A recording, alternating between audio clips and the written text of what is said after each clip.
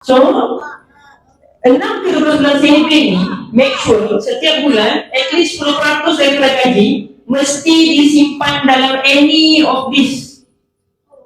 Okay? Tapi kalau tanya saya cadangkan jangan connect. Tuan-tuan bila datang ke seminar malam ni, simpan emas bukan lagi option, tapi mesti. Sebab apa? Kalau tuan-tuan simpan semuanya dalam duit, katakanlah saya mau cukupkan 12 bulan gaji ni 6 bulan, saya mau cukupkan 6 bulan gaji ni dalam bentuk cash. Lepas tu baru saya mau simpan emas. Tuan-tuan, untuk cukupkan 6 bulan gaji ni perlu makan masa atau berapa lama? 5 tahun.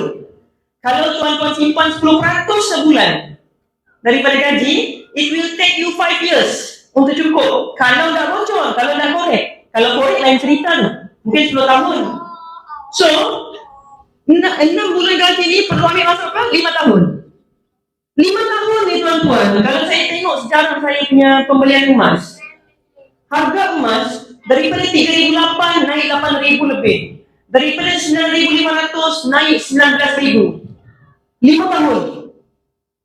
So kalau tuan-tuan tunggu lepas cukup 6 bulan punya saving baru mau simpan emas, agak-agak harga emas masa tu berapa 1 gram? Hari ni pun kita mau beli orang Penang ketak lutut kan? Betul ke? Lain bunyi kalau saya yang sebut. So, make sure kita buat apa? Kita bahagi dua. Okay. 5% simpan dalam cash, 5% lagi simpan dalam emas. Ini antara option yang tuan-tuan boleh buat. Supaya setiap bulan mesti jalan. Kalau saya sebenarnya saya letak 20% simpanan. Kan? 20%. Jadi 10% simpan dalam emas, 10% simpan dalam cash. Tapi hakikatnya tuan-tuan, saya perhatikan 10% orang struggle. Tapi kalau tuan-tuan mampu 20%, teruskan 20%.